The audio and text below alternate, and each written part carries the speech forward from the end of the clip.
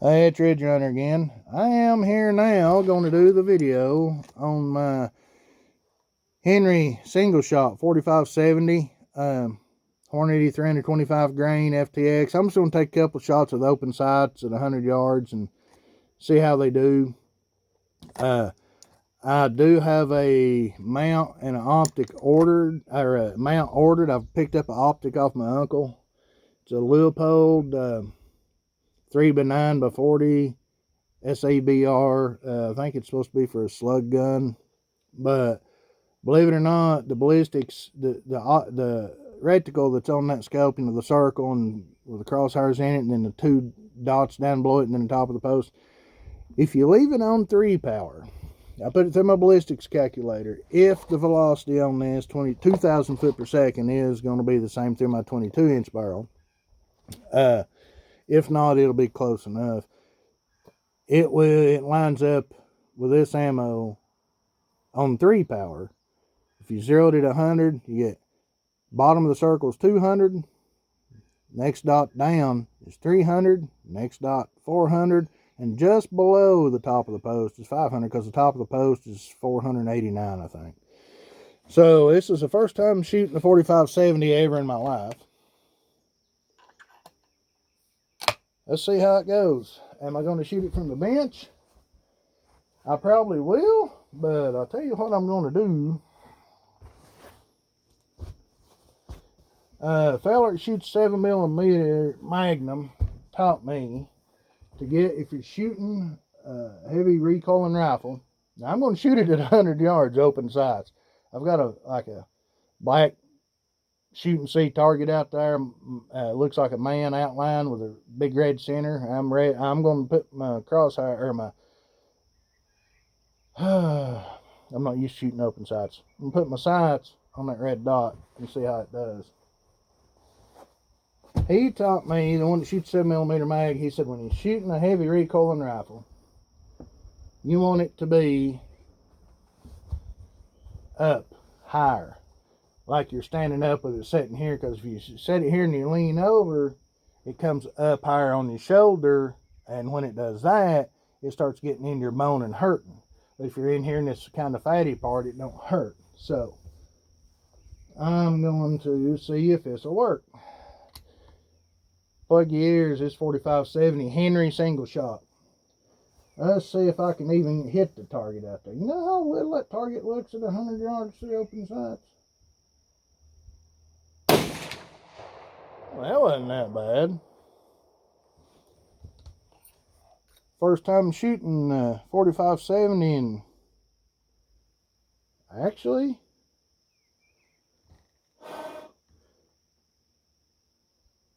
there's a bird up there. I looked through the barrel and there's a buzzard flying through.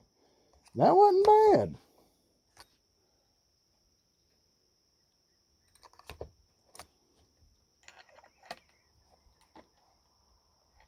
Oop, get in there. Let's see. I don't know where that bullet hit. I ain't got the foggiest idea.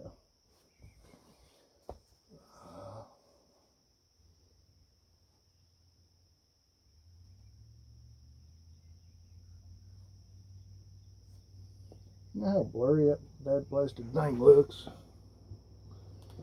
That's an old trick licking on it that cuts the blur out.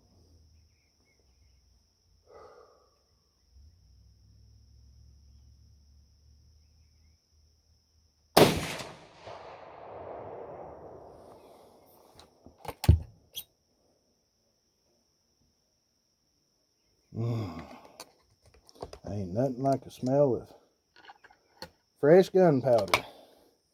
I am going to shoot at the 50 yard. I can't tell if I've hit the bad blasted target or not from here. Could get my scope over and look through it. I am going to shoot at the 50 yard target. I want to see where this thing's actually aiming at.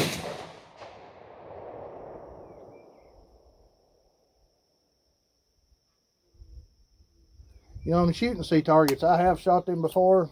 They don't always break off and go, oh, hey, there's the hole. It don't work that way. Trust me. Barrel's just a little bit warm. You know what I am going to do? Surely I can see that with my 3x9.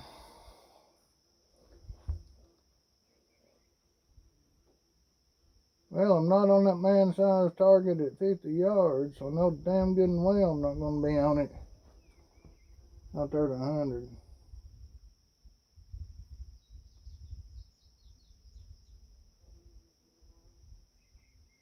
Nope. I can't tell where they're hitting at, so I don't know if they're high or low. And the thing is, I can't tell on this sight here. See if you can see it there. See a little diamond, then you got the bead on the front. And I'm not sure because there is a little notch in that. I'm supposed to set that bead in that notch, I would think. And now these are adjustable. I can loosen this screw, raise that up to the next notch, tighten the screw, and I can adjust it right and left. But surely the heck, I'd be able to get on that target right there at 50 yards.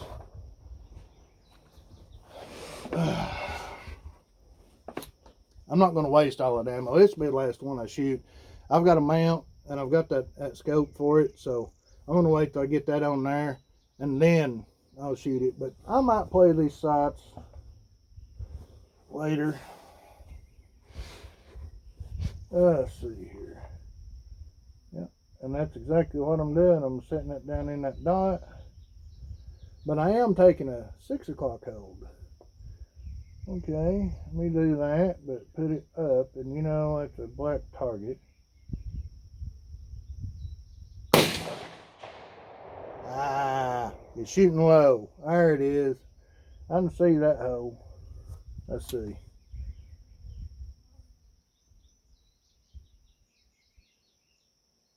I put my front sight in that little dip on that, and I put it at the top of that red circle in the center of that body.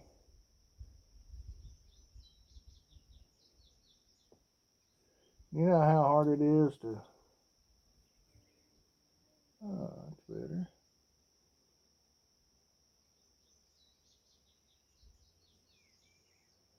Sunk it down in there, pull it out. I pulled up to where the red dot just disappeared, and that bullet hit just barely to the right, and it looks like it's 3 inches low. So I can raise my rear sight up. It's down below that first notch. That diamond is. It should be up. I would think the first notch is 50 and the second notch is 100, and then 150 on the third would be my guess, because there's 3 lines on here. And that diamond is down below that first line, so that would make it, you know, somewhere between 25 and 50 yards. That's why it's shooting low.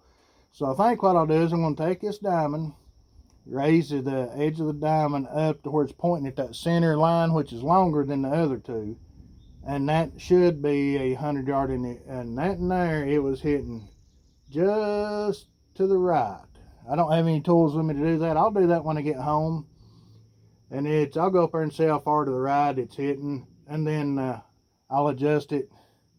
Shooting to the right, I want to go left, so I'm going to move his sight to the left, probably to be dead center, 2 inches, 1.5 to 2 inches to the left, and then raise that up to the center, and then I should be just a little high at 50, and I should be able to hit the target at 100 by then. All right. But anyway, it's a really, really nice rifle. Shoots good if I can figure out my sights. And shooting that ammo, there is some powder residue in the barrel. Shot 4 rounds, the barrel's warm. But as you can tell, it's a fairly thick barrel. It's not as thin as some I've seen. And Henry Repeating Arms, Rice Lake, Wisconsin, made in USA, caliber 45-70, government. I'll tell you what, I think, now I've wasted them for just checking the sights. Now I know where to set the sights at, though. And moving it to the left, I'll just go a couple clicks to the left and leave it alone. That ought to be enough to make it, get close enough to where when I do ever have to use open sights, I can. My vision's not that good, so I can't, my vision's not that good, so I can't use the open sights like I used to. That's why I put my glasses on. I can take them off, and the rear side will be blurry and the front clear, or the front clear and the rear blurry. I can't get them both to be, when I was younger, I could. I can't now. As you age, your eyes go, and you end up, oh, Dano, dog come back. And you end up having to go to optics mainly. So, when I get my mount in, ordered from Optics Planet, they said they wouldn't ship it for 14 to 26 days. I don't get that. Anyway, I get that in. I'm going to put the mount on. I'll put my scope on, that Leopold 3x9 by 40 SABR or whatever, I'm going to put it on, and I'll get this out and do another video on it for accuracy with this ammo. And I found a place just across the state line somewhere in the next state over that sells ammo. They didn't have the hollow point hunting ammo. They had the it wasn't hard cast lead. It looks like a full metal jacket, but it's got a flat point on the front. 350 grain. It said 1500 foot per second, and it was $20 a box. Comes in a nice clear plastic case that you can reuse, open and close. Way better than getting paper for $40 a box. So I ordered 2 of them. Thought I'll use them for plinking and getting the scope sighted in and playing with it. And if they shoot good, I might, shoot them. When people want to shoot it, I'll let them shoot it. But I'm probably, if these shoot good out of this rifle with that scope on here, I'll zero with the Hornady Lever Evolution and use it. I'll probably buy me some 500 grain or 405 grain hard cast flat nose bullets and load up some. Probably do 50 or so, 50 to 100 rounds like that. And that's why I'm ordering them others. And this, I'm going to brass. Now, the Hornady brass, you can't really use on the other loads because it is shorter. For the 325 grain FTX, the brass is shorter than any other 4570 load because they have to do it to get it to line up with that bullet for the overall length to come out right. So these will be loaded back with that bullet. I do load my own ammo. I always buy a box or 3 or 4 boxes of stuff and shoot them and see how they do, and then I'll load mine and I compare my accuracy. But thank you for watching. Appreciate it if you give me a thumbs up, subscribe, share my videos. I am from the South. I live in East Tennessee, born and raised. My family is from far back as they came over from Scotland and started my family over here. So I would appreciate you not talking about how bad I sound or the way I talk, because that's just Southern Appalachian, man. I mean, the way I talk and the words I say, somebody mentioned something. What kind of language are you speaking? I'm speaking English. It's Southern English, but it's English. So, Southern Appalachian, we have a different way of speaking, some of us, depending on our heritage. But thank you. Please subscribe, share my videos, give me a thumbs up, and I will be doing more videos on this. And because there's only a couple of videos out there on this, and somebody's shooting it and stuff. So I'll bring my other camera next time. That way I can zoom in. You can watch it actually hit the target. And I might bring a bunch of water bottles and shoot them. So you just have a good day. Thank you. Ridge Runner out.